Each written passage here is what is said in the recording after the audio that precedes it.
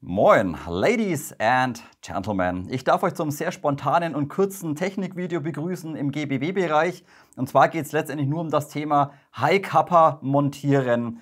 Habe ich aktuell auf Patreon 2 Anfragen offen, wo Leute Hilfe benötigen, und es ist zum Schreiben, ist es einfach immer sehr viel. Kann man im reinen Schriftverkehr und ohne Bildmaterial, ist so eine Montage sehr schwer einmal zu erklären. Dementsprechend mache ich für euch einfach so ein ganz kurzes Video, wie ihr diese High-Kappa-Modelle, wenn ihr sie einmal komplett auseinandergerupft habt, wieder zusammenbaut. Und hier spielt es auch keine Rolle, ob ihr jetzt eine KJW-Novridge habt, eine WE oder eine AW, das ist alles identisch vom Aufbau her. Dementsprechend vielleicht für den einen oder anderen Benutzer von so einer High-Kappa eventuell interessant, gerade mal, wenn man irgendwas tauschen muss, wenn was verschlissen ist, wenn was kaputt ist oder wenn man einfach nur reinigen und nachschmieren möchte. So, dann gibt es natürlich für diese Army Armament, ihr seht, ich habe jetzt hier einmal diese Witcher auseinandergekloppt für euch. Da gibt es ja quasi bei Begadi diese Color Kits, und hier scheint es auch ein paar Probleme zu geben bei dem einen oder anderen Anwender. Und zwar werde ich häufig gefragt, ja, wie bekomme ich denn den Abzug daraus, um hier dieses Farbkit zu installieren. Da muss letztendlich nur der Magazinhalter weg, und der wird bei dieser Modellserie letztendlich nur über so eine kleine Klemmung gehalten, unten im Griffstück drin. Bedeutet, der sitzt einmal so drin, und dann habt ihr auf der gegenüberliegenden Seite habt ihr einfach dieses Aluminiumteil oder diese Druckplatte, die ist einfach nur aufgeschraubt. Bedeutet, die schraubt ihr erstmal einmal weg, und dann nehmt ihr einfach nur einen Schlitzschraubendreher, und dann geht ihr hier rein mit dem Schlitzschraubendreher, drückt die Schraube nach innen rein, die ist also gefedert, und dreht sie dann um ca. 90 Grad. Das ist wie so ein Bajonettverschluss. Seht ihr? Jetzt ist das Ganze wieder einmal gefedert, und um das Ganze lösen zu können, Schraube reindrücken, drehen und dann einfach auf die gegenüberliegende Seite einmal rausziehen. Und dann könnt ihr nämlich auch innen drin den gesamten Abzug entfernen und letztendlich den neuen nur über diesen kleinen Pin hier mit dem Abzugsgestänge quasi verbinden. Also einfach nur den kleinen Pin raus, neues Farbkit oder neuer Abzug hin, Pin wieder rein und das Ganze wieder zusammenbauen. Ist also wenig dabei. Dann können wir den Abzug gleich wieder einbauen, da ist eigentlich nicht viel zu beachten. Nur der Pin oder beziehungsweise die Ausrichtung von dem Pin muss oben sein. Ihr seht, dieses Stahlblech oder was das ist, hat hier so einen kleinen Versatz drin, wird also nach vorne schlanker. Der muss so rum rein, also Pin nach oben. So, und dann schiebt ihr den ganzen Abzug einfach wieder von hinten einmal rein. Seht ihr, dass das wieder sauber einmal läuft. Und dann könnt ihr ebenfalls euren Magazinhalter direkt wieder installieren. Dann können wir gleich hinten bei der Abzugsgruppe weitermachen. Hier auch nicht sonderlich kompliziert. Ihr nehmt zuerst mal diesen Locker oder quasi die Freigabe regelt. Den legt ihr einmal hier seitlich rein und schaut, dass er ein bisschen nach oben schiebt, damit er einfach hier oben einmal rauskommt. Der wird dann später über die Blattfeder hinten nach oben gefedert. Also einfach so reinlegen, dass hier quasi dieses Loch oder diese Bohrung einmal frei wird. Dann könnt ihr gleich hergehen und könnt den Sear einsetzen. Da habt ihr zunächst mal diesen kleinen Stahlbolzen hier oder diesen Stahlpin und hier einmal den Trigger Sear. Kommt einmal so rum rein. Bedeutet, ihr steckt das zunächst mal so zusammen, dass es hier schön geführt wird, und steckt das ganze Teil jetzt wiederum einmal in diese Bohrung oder in dieses Loch rein, damit der hier einmal innen drin sich bewegen kann. Und abschließend fehlt nur noch der Hammer hinten. Der wird letztendlich auf diesen Bolzen oder auf diese Führung aufgeschoben. Also einfach einmal drauf das Ganze, den Sear oder Trigger Sear ein bisschen zurück, bis er komplett einmal auf Anschlag unten ist. Und da seht ihr dann eben auch die Arretierungsflächen, diese Spitzen, diese Haken, wo der Sear dann letztendlich am Hammer unten drin einmal arretieren kann. So, und das ist das ganze Abzugssystem hinten. Mehr ist es eigentlich nicht. Und dementsprechend können wir auch gleich die Abdeckung hier seitlich direkt wieder installieren. Die wird hier vorne einmal eingehakt, quasi so. Und dann einmal abgesenkt, Bohrungen, alles ein klein wenig ausrichten. Schauen, dass alles sauber passt. Absenken, schauen, dass alles sauber läuft. Das passt, der Sear passt, der Locker läuft sauber. Und dann könnt ihr das Ganze eben wieder über die hintere Schraube einmal fixieren.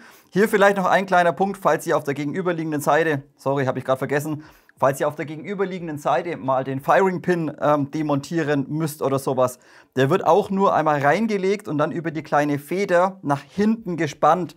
Bedeutet, könnt ihr vielleicht sehen, die eine Seite von der Feder liegt hier unten einmal an der Wandung dran, quasi hier, und die andere Seite geht in dieses Langloch rein, damit quasi der Firing Pin immer einmal nach hinten gefedert wird.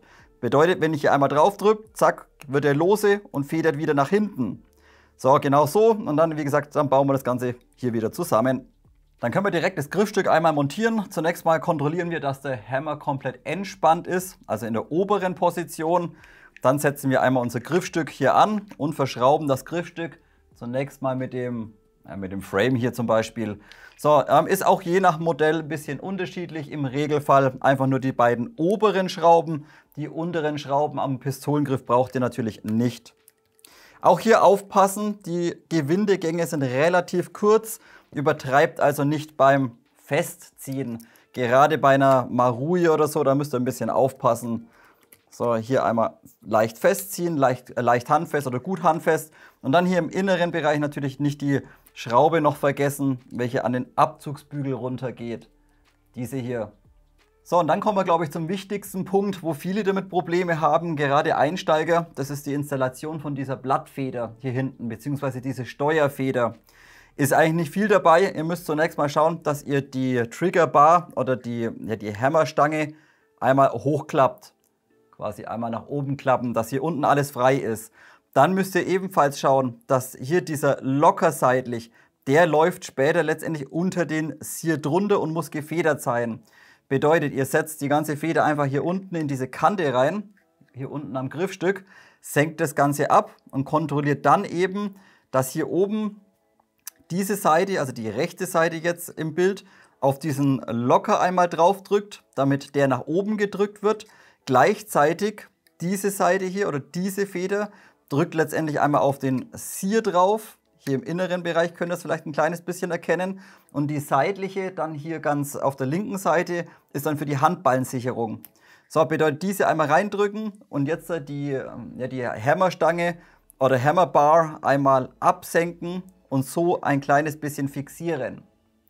So, jetzt müsst ihr alles ein kleines bisschen festhalten, denn wir werden das Ganze unten mit der Hammerfeder, also Hammerfeder Housing, werden wir diese jetzt zunächst mal sichern. Bedeutet, wir schieben diesen ganzen Block, wo innen drin die Feder ist, schieben wir einfach hier unten einmal rein und achten darauf oder schauen, dass letztendlich die Triggerbar einmal mittig ausgerichtet auf diesen Punkt oder auf diese Führung einmal innen drin drauf drückt. So, und dann könnt ihr nämlich schon testen, ob ihr alles richtig zusammengebaut habt. Bedeutet einmal repetieren, einmal abschlagen. So, repetieren, dann könnt ihr hier auch noch Firing Pin checken. Das funktioniert alles. Jetzt allerdings ein kleiner Punkt. Jetzt dürft ihr diese noch nicht vollständig fixieren oder sichern, denn wir müssen die nochmal ein kleines bisschen zurück oder nochmal ein bisschen rausnehmen, damit wir hier hinten die Handballensicherung verbauen können. Bedeutet, wir nehmen die Handballensicherung her, stecken uns diese hier hinten oder hier oben, legen wir uns die einfach einmal rein, drücken die jetzt ein kleines bisschen runter gegen die Feder und gleichzeitig drücken wir jetzt oder schieben wir diesen Block nach oben.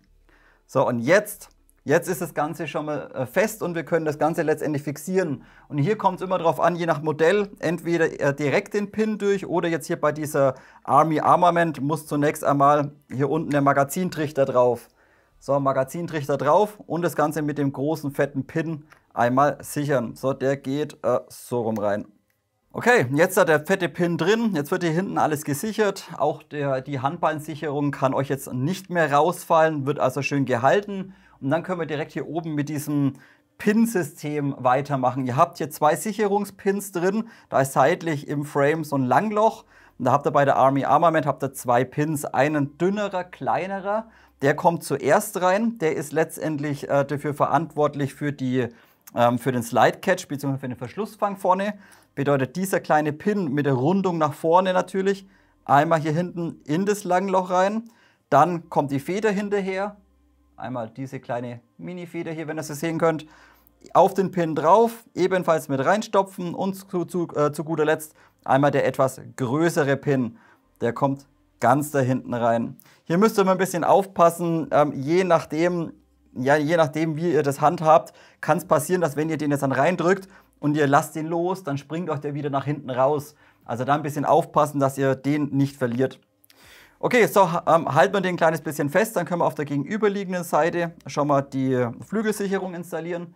Die stopfen wir uns hier einfach hinten rein, schauen, dass einmal die Handballensicherung hinten schön ausgerichtet ist, senken das Ganze einmal komplett ab. So, und auf der gegenüberliegenden Seite gehen wir jetzt wie folgt vor. Wir nehmen einen kleinen Schlitzschraubendreher, halten oder drücken uns mit dem Schlitzschraubendreher diesen kleinen Pin einmal rein, halten uns den und setzen dann ebenfalls die Flügelsicherung hier seitlich einmal auf. Noch nicht komplett aufsetzen, sondern wir müssen das Ganze jetzt erstmal mit der anderen Seite einmal ausrichten. Bedeutet, wir gehen so her, tun wir die wieder ein kleines bisschen hoch. So, und so weit, bis beide in der gleichen Stellung sind. Dann gibt es so einen Klick und dann könnt ihr das Ganze nämlich bereits einmal absenken. So, Klick und dann ist ebenfalls die Flügelsicherung hier einmal installiert. Klick, Klick. Dann können wir gleich weitermachen mit dem Verschluss bzw. mit dem Schlitten. Machen wir erstmal hinten die Kimme drauf. Die wird ein kleines bisschen versetzt aufgesteckt, also nicht mittig, sondern ein kleines bisschen ja, daneben quasi. Und dann letztendlich in diese Arretierung reingedrückt, also einfach von der Seite rüberschieben. Dann sitzt sie hier hinten sauber drin. Drehen wir den gesamten Schlitten oder Verschluss einmal um, nehmen wir unser Nozzle Housing her, zusammen mit dem Pistonhead einmal. Dann haken wir hier oben einmal die Nozzle ein. So, die muss hier oben quasi in der Führung laufen. Dann nehmen wir letztendlich die Rückholfeder von der Nozzle, die legen wir hier uns sauber rein. Und dann nehmen wir das gesamte Housing, müssen jetzt aufpassen, dass die Feder nicht rausrutscht und stopfen uns dieses oder stecken uns dieses einmal unten in die dafür vorgesehene Führung. So, und dann seht ihr, dann sitzt das Ganze schon einwandfrei drin. Und jetzt sichern wir das Ganze zunächst mal hinten mit der Schraube. So, da habt ihr einmal diese lange bei Army Armament. Die kommt hier hinten zunächst mal rein. So, ganz leicht handfest zudrehen. Hier müsst ihr auch je nach Modell ein bisschen aufpassen. Es gibt Modelle, dass wenn ihr die Schraube hier oder diese Arretierung zu fest zieht, dann zieht es euch vorne das Nozzle Housing aus der Führung raus. Bedeutet, es sitzt dann schräg drin und dann reibt und schleift euch das. Also hier immer kontrollieren beim Schraube festziehen, dass das Housing immer noch gerade drin sitzt. So, dann drehen wir es um, nehmen einmal oder klappen einmal unsere Kimme auf und sichern eben hier noch zusätzlich die Kimme mit der kleinen Minischraube innen drin, kleine Kreuzschraube. Auch diese nur leicht zuziehen. Wie gesagt, es sind auch vielleicht nur 3-4 Gewindegänge ausreichend. Klappen die Kimme einmal zu und sichern diese mit der Einstellschraube. Die müsst ihr natürlich auch nicht komplett zuschrauben. Ebenso, ja, je nachdem wie hoch eure Kimme eingestellt ist. Hier könnt ihr quasi die Höhe einstellen, also nicht mit Gewalt einfach zuknallen. Gut, dann haben wir das schon mal soweit. Dann brauchen wir letztendlich nur noch Hop-Up-Kammer zusammen mit dem Lauf oder mit dem Innenlauf.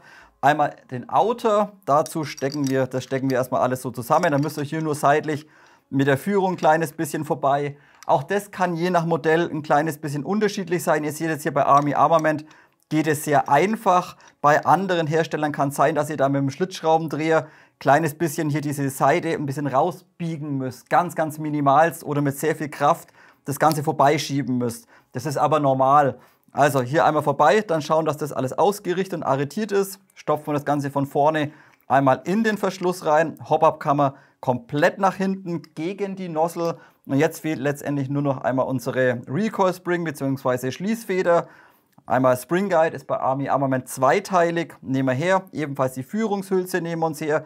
Die stopfen wir uns zunächst mal hier unten einmal rein. Zack, ganz nach vorne. Dann einmal die Feder auf den Spring Guide drauf. Stopfen uns das Ganze so rein. Schieben es komplett bis Anschlag einmal rein. Halten das Ganze und schrauben von vorne den Spring Guide letztendlich dagegen. So, auch hier, wenn standardmäßig das Ganze mit Schraubensicherung, wenn ihr hier ein bisschen Hilfe oder Unterstützung benötigt, ihr habt in diesem Spring Guide auch so kleine Löcher drin. Bedeutet, ihr könnt auch hergehen und könnt hier den Spring Guide vorverdrehen mit einem Bit oder sowas einmal schützen. Wie gesagt, dann haltet ihr das Ganze einmal fest und schraubt es von vorne zu.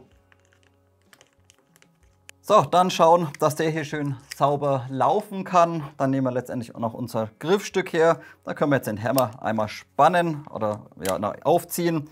Dann schieben wir das Ganze drum da einmal wieder drauf. Komplett nach hinten, einmal ausrichten, damit hier diese halbrunde Öffnung offen ist. Und sichern jetzt letztendlich den Verschluss mit dem Verschlussfang bzw. Schlittenfanghebel.